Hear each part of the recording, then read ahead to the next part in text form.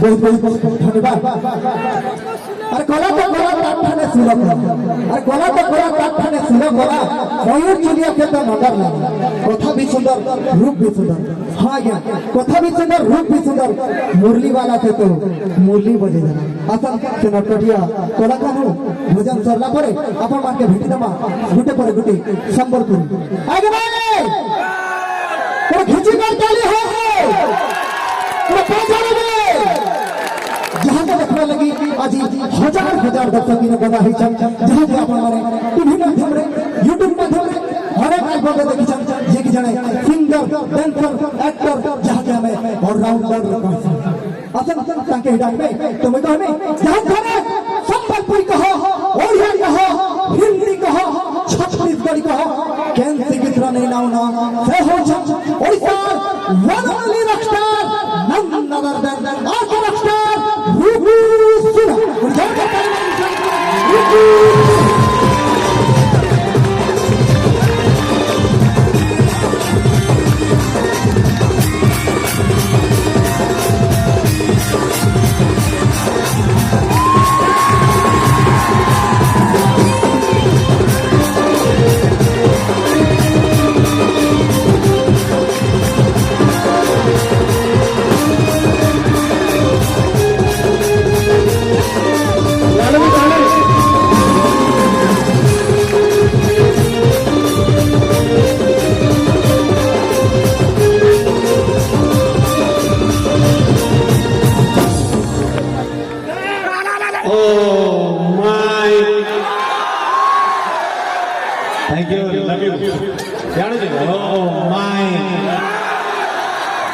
আর যেতে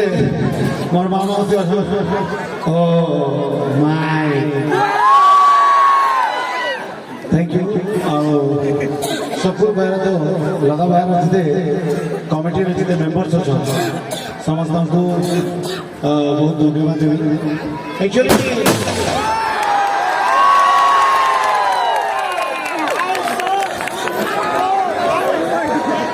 এই প্রকার বড় ফটো উঠন্তি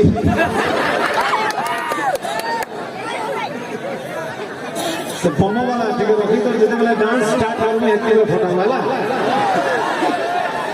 भाई ओके खत्म कर दिया सर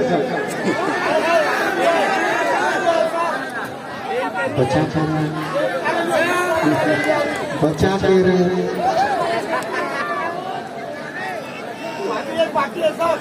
एक्चुअली मैं तो सोचा भी नहीं था कितना भीड़ होगा या इतने लोग मुझे यहाँ पे भी प्यार करते हैं इतना सपोर्ट करते हैं और स्पेशली मेरे भाई लोग तो हर कहीं जाते हैं यहाँ से नवापड़ा भी होगा यहाँ पे नवापड़ा भी मेरा प्रोग्राम होगा तो भाई लोग सब जाते हैं पर खुशी इस बात की है